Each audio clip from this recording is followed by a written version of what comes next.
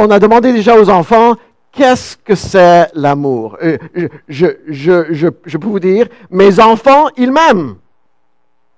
Je prends soin d'eux quand ils pleurent, je donne un bisou sur le bobo. Bien sûr, mes enfants m'aiment.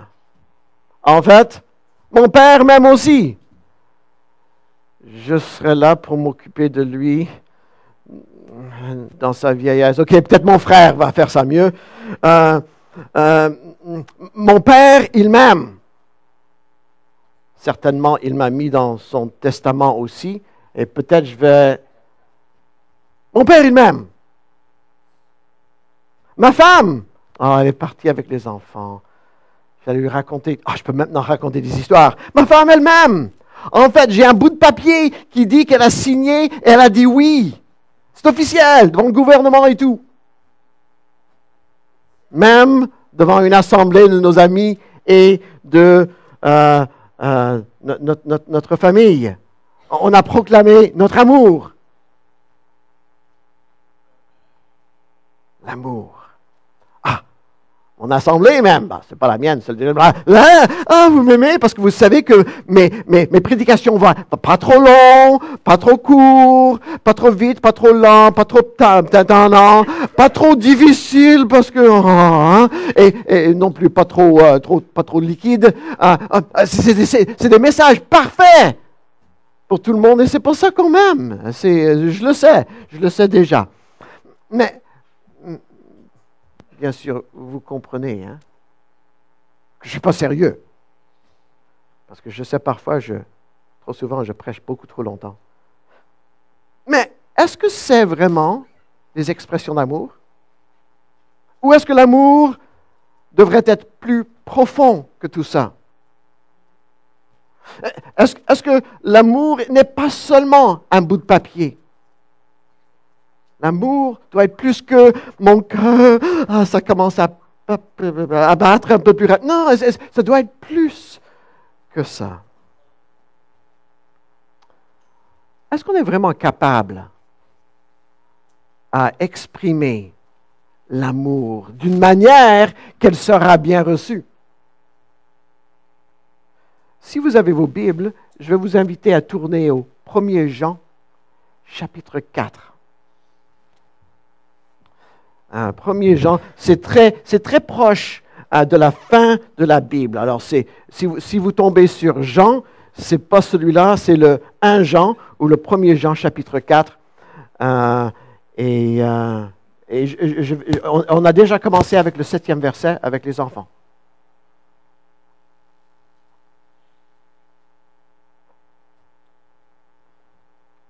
Bien-aimés, aimons-nous les uns les autres. Car l'amour est de Dieu, et quiconque aime est né de Dieu et connaît Dieu. Celui qui n'aime pas n'a pas connu Dieu, car Dieu est amour. L'amour de Dieu a été manifesté envers nous en ce que Dieu a envoyé son Fils unique dans le monde afin que nous vivons par lui. Et cet amour consiste non point en ce que nous avons aimé Dieu, mais en ce qu'il nous a aimés et a envoyé son Fils comme victime expiatoire pour nos péchés. Bien-aimés, si Dieu nous a ainsi aimés, nous devons aussi nous aimer les uns les autres.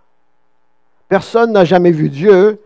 Si nous aimons les uns les autres, Dieu demeure en nous et son amour est parfait en nous. Nous connaissons que nous demeurons en lui et qu'il demeure en nous parce qu'il nous a été donné de son esprit. Et nous avons vu et nous attestons que le Père a envoyé le Fils comme sauveur du monde. Celui qui déclarera publiquement que Jésus est le Fils de Dieu, Dieu demeure en lui et lui en Dieu. Et nous avons connu l'amour de Dieu, l'amour que Dieu a pour nous, et nous y avons cru. Dieu est amour et celui qui demeure dans l'amour demeure en Dieu et Dieu demeure en lui. Il me semble qu'il y a beaucoup de Dieu là-dedans. Verset 17. Tel il est, tel nous sommes aussi dans ce monde. C'est en cela l'amour est parfait en nous. afin que nous ayons de l'assurance au jour du jugement. La crainte n'est pas dans l'amour, mais l'amour parfait bannit la crainte. La crainte suppose un châtiment et celui qui craint n'est pas parfait dans l'amour. Pour nous l'aimons parce qu'il nous a aimés le premier. Si quelqu'un dit « j'aime Dieu » et qui haït son frère, c'est un menteur. Car celui qui n'aime pas son frère qu'il voit, comment peut-il aimer Dieu qu'il ne voit pas? Et nous avons de lui ce commandement, que celui qui aime Dieu aime aussi son frère.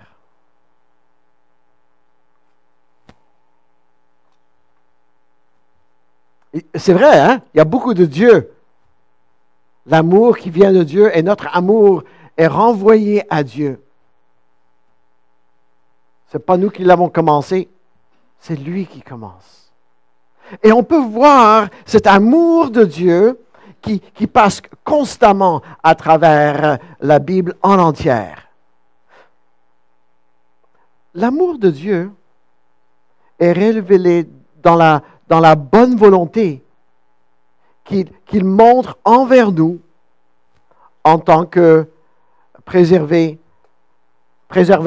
de sa création. Psaume 145, verset 9, nous dit « L'Éternel est bon envers tous,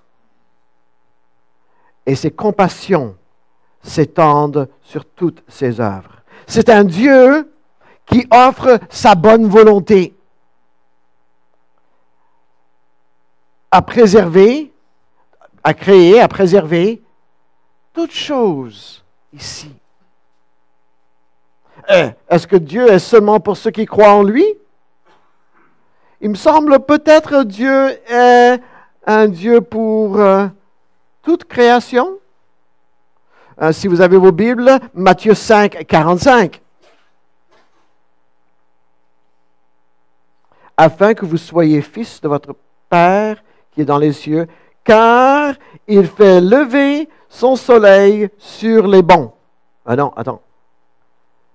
Ah non, ça dit les méchants aussi.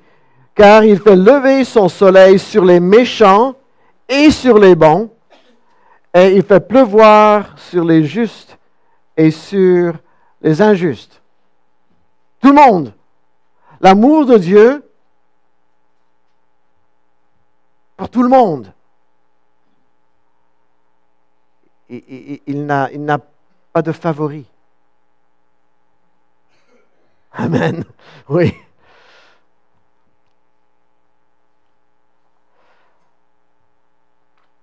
L'amour de Dieu est révélé dans sa condamnation des formes de l'égoïsme. Quand nous sentons que le centre de l'univers, nous sommes le centre de l'univers, on sait que Dieu n'est pas là. Dieu n'est pas. Dieu condamne quand nous sommes égoïstes. Max Lucado a écrit, « Si Dieu avait un réfrigérateur, votre image, il serait collé. S'il avait un portefeuille, votre photo, il serait dedans. Il vous enverrait des fleurs chaque printemps et le lever du soleil dans tous les matins. Chaque fois que vous voulez parler, il écoutera. Il peut vivre partout où il veut dans l'univers, n'importe où. C'est lui qui peut choisir où il veut vivre et il a choisi ton cœur. Ça, c'est un Dieu. Admets-le, mon ami, il est fou de toi. Combien Dieu vous aime? Oui, entièrement. On a du mal même à comprendre cet amour si profond. L'amour de Dieu va même avec une plus grande profondeur et révélé dans son œuvre de la rédemption. L'amour de Dieu est unique. Il a une qualité distincte à comparer à l'amour que nous, les humains, peuvent offrir. L'expérience terrestre ne peut fournir de comparaison adéquate pour cet amour. Nous sommes donc tributaires de la révélation divine, non seulement pour la vérité que Dieu est amour, mais aussi pour l'explication de ce que cela signifie. Pour cette raison, la déclaration « Dieu est amour » doit toujours être interprétée au terme de ce que l'amour fait. Être amour, mais ce que l'amour fait. L'action qui suit. Par exemple, dans ce passage lu plus tôt, Dieu est amour. L'amour de Dieu a été manifesté envers nous en ce que Dieu a envoyé son Fils unique dans le monde afin que nous vivons par lui. Et cet amour consiste non point de ce que nous avons aimé Dieu, mais qui nous a aimés et a envoyé son Fils pour être la propitiation pour nos péchés. En outre, cet acte rédempteur doit être considéré comme une expression de l'attitude constante de Dieu envers l'homme. Une attitude qui cherche toujours le meilleur des hommes, des femmes, des garçons et des filles. Le meilleur, avec cette anticipation, avec ce désir profond, avec son geste qui est complètement adéquat. L'amour divin n'est pas diminué, réduit ou même arrêté par nos péchés. Car lorsque nous étions encore pécheurs, Christ est mort pour nous. Et lorsque nous étions ennemis, nous avons été réconciliés avec Dieu par la mort de son Fils. Romains 5, 8 et 10. Un philanthrope a donné 400 $ à distribuer à un pauvre pasteur. Mais il s'est dit, peut-être c'est un peu trop tout d'un coup pour ce pasteur. Alors, je vais le distribuer, pas tout à la fois, dans de petits versements. Et j'ai vraiment du mal à trouver la phrase qui pourrait bien expliquer. Alors, je vais vous demander de me donner une phrase qui expliquera ce que l'intention de ce philanthrope. Dans l'enveloppe, il a mis 20 $. Et dans une lettre, il a mis ces mots dans l'enveloppe. Est-ce que ça se dirait plus à suivre? More to come? Il y en a plus à suivre? S'il y en a. OK? Plus à suivre. Alors, vous comprenez ce que je veux dire? OK. Bon. Je voulais juste être certain. La phrase. Alors, il était content. Il a reçu un 20 $ avec la promesse. Plus à suivre. Quelques jours plus tard, une autre lettre. Un autre 20 $ avec la même phrase. Plus à suivre.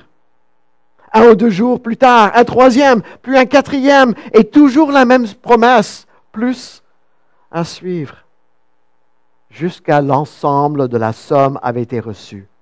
Le pasteur a été étonné avec ses affirmations, avec ses mots, plus à suivre. Ça lui a motivé. Ça nous motive aussi, non? Plus à suivre. Chaque bénédiction qui vient de Dieu est envoyée avec ce même message. Plus à suivre. Je vous pardonne vos péchés, dit Dieu. Plus à suivre. Je vous justifie devant Christ, mais il y a plus à suivre. Je vous adopte dans ma famille, mais à suivre. Je vous instruis pour le ciel. Mais il y en a plus à suivre. Je vous aiderai même dans votre vieillesse. Mais il reste encore beaucoup à suivre. Je vais vous faire respecter dans l'heure de la mort. Et que vous êtes de passage dans l'au-delà. Ma miséricorde est toujours avec vous. Et quand vous débarquez dans ce monde à venir, il y a toujours plus à suivre. Ainsi, il est faux de considérer l'amour de Dieu comme une preuve de son approbation d'un caractère et de la conduite de l'homme. Ou de dire qu'il n'aime pas ceux dont la condition spirituelle il désapprouve. Parce qu'il y a toujours plus à suivre. Il nous reçoit comme nous sommes,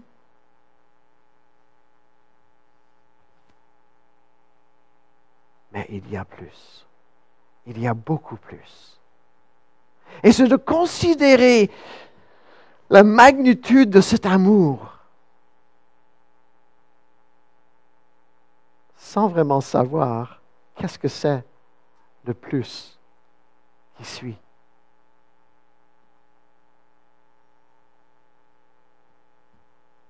J'ai suivi un cours à l'université. Comment prédire le futur? Non. C'est seulement qui sont dans la météo qui peuvent faire ça. Et on voit leurs résultats sont vraiment pas trop fameux.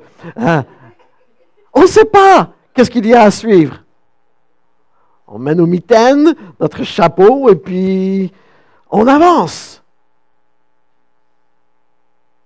J'espère que le plus à suivre ne veut pas dire beaucoup de neige.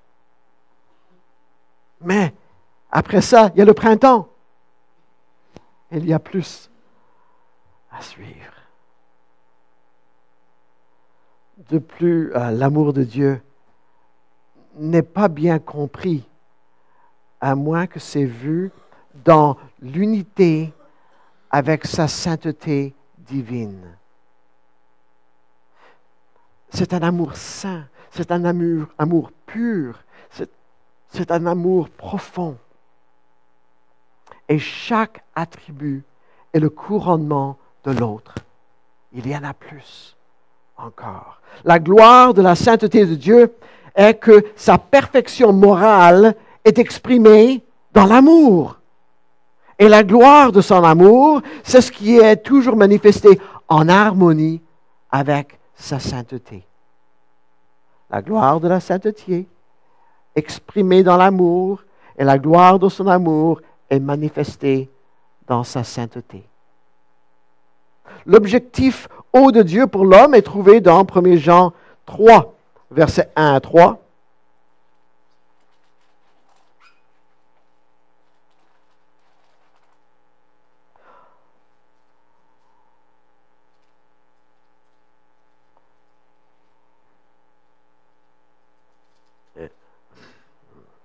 Non, c'est pas là.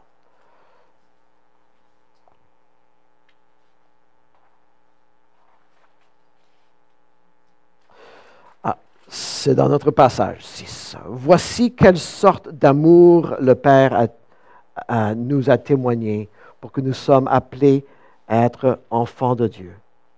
Chers amis, nous sommes maintenant enfants de Dieu et ce que nous serons n'a pas encore été fait savoir. Mais nous savons que quand il paraîtra, nous serons semblables à lui, parce que nous le verrons tel qu'il est. Quiconque a cette expérience en lui se purifie comme lui est pur. Parce que l'action de l'amour est pure. L'action de son amour, certainement, est pure. Et c'est à la fois un don à recevoir, oui, et aussi avec l'exigence de rechercher, de recevoir l'amour, mais de chercher l'amour et de l'apprendre. pour illustrer un peu combien Dieu nous aime, laissez-moi vous raconter une histoire. La mère d'un garçon de 9 ans, son nom est Marc, a reçu un appel téléphonique au milieu de l'après-midi. C'était l'enseignante de l'école de son fils. Madame Gingras, quelque chose d'inhabituel s'est passé aujourd'hui avec votre fils qui est dans la 4e année. Votre fils a fait quelque chose qui m'a surpris, tellement que j'ai pensé que vous devrez savoir sur le champ. Comme parent, ce n'est pas un appel téléphonique comme ça qu'on veut recevoir, ça c'est sûr. Qu'est-ce qu'il a fait maintenant? On va lui priver de... L'enseignante a continué. Rien comme cela s'est jamais produit dans toutes mes années d'enseignement. Ce matin, j'ai enseigné la leçon sur l'écriture créative. Et comme je fais, je raconte l'histoire, et peut-être vous la connaissez, l'histoire de la fourmi et de la sauterelle. Vous connaissez un peu l'histoire? Oui, ça date à la 3e ou la 4e année, on l'a appris avec cette enseignante-là. Et peut-être même on a eu cet exercice.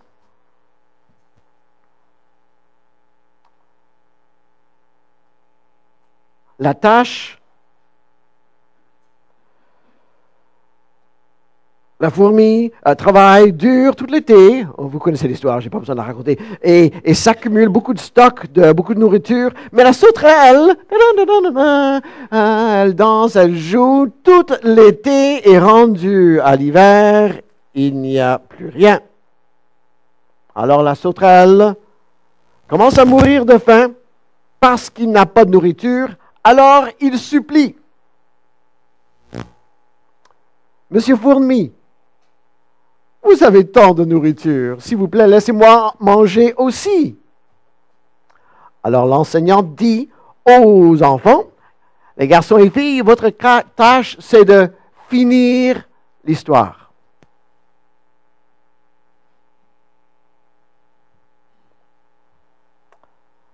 Madame Gingras, votre fils a levé la main. Puis-je faire un dessin? Oui, mais il faut compléter l'histoire avant et tu peux ajouter ton dessin après. Comme dans toutes les années passées, la plupart des étudiants ont affirmé que le fourmi a partagé son alimentation de l'hiver et à la fois la fourmi et la sauterelle restent en vie. Quelques enfants ont écrit « Non, monsieur Sauterelle, vous devez avoir travaillé l'été. Maintenant, j'ai juste assez de nourriture pour moi-même. » Et alors la fourmi est restée en vie et la sauterelle est morte. Mais votre fils a terminé l'histoire d'une manière différente de tout autre enfant jamais. Il a écrit, la fourmi a donné toute sa nourriture à la sauterelle et la sauterelle est restée en vie tout l'hiver. Mais la fourmi, elle est morte.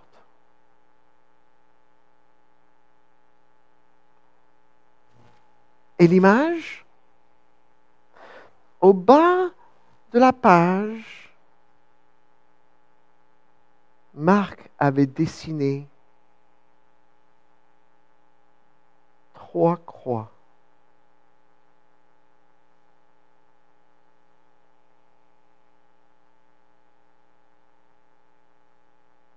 Dieu prouve son amour envers nous. En ce que lorsque nous étions encore des pécheurs, Christ est mort pour nous. La croix est la preuve que Dieu vous aime assez pour mourir.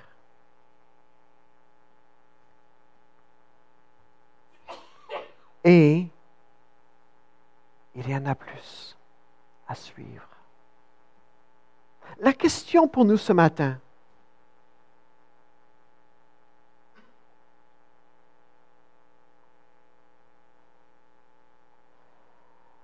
c'est comment allez-vous répondre à l'amour de Dieu? Cet amour infini, cet amour si profond, cet amour qu'on a du mal vraiment à comprendre, exige une réponse de moi, exige une réponse de chacun de nous présents. Quelle est votre réponse? Peut-être parmi nous, nous avons qui ont déjà répondu et qui ont dit, je connais ma réponse. Mais peut-être nous en avons parmi nous qui ont perdu de vue ces 3 croix, le dessein du jeune Marc. Et on a oublié l'amour que Dieu a pour nous. Alors nous décidons de vivre notre vie de la façon que ça nous tente. Et les 3 cartes, c'est rien que, les 3 croix, c'est rien qu'une carte qui dit « Hey, je peux aller au ciel ».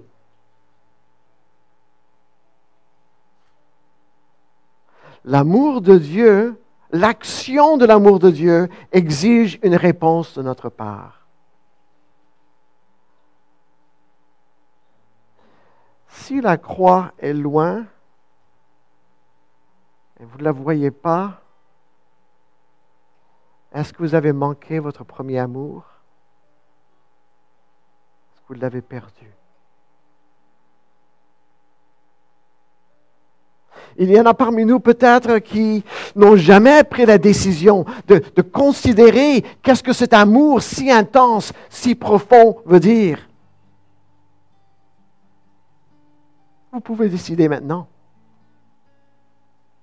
Qu'est-ce que vous allez faire avec cet amour si profond? Allez-vous répondre?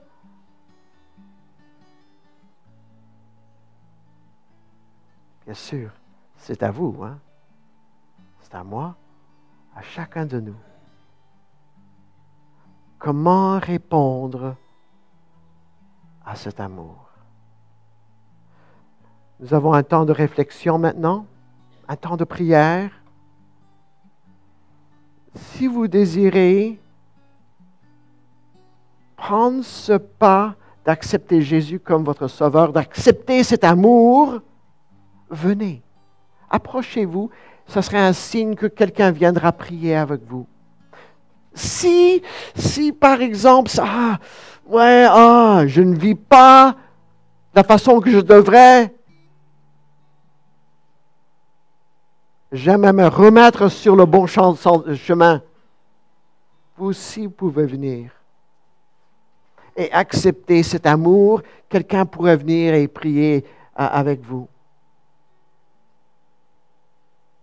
Mais durant ces moments-ci, la question est, comment allez-vous répondre à cet amour de Dieu? Prions.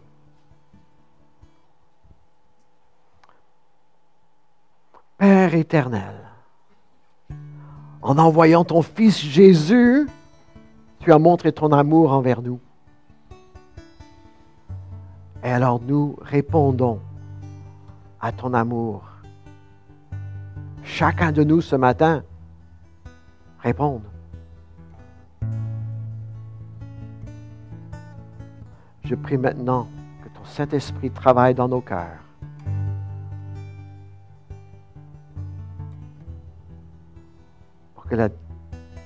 Pour que l'offre de ton amour soit acceptée et que nos vies soient transformées.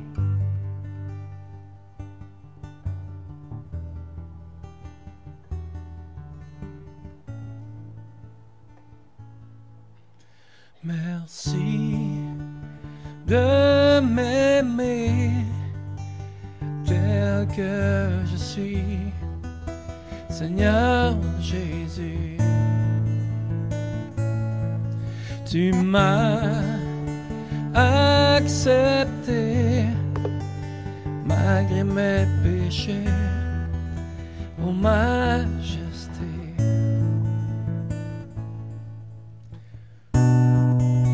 Je t'offrirai l'hommage de mes lèvres, je t'offrirai mon amour à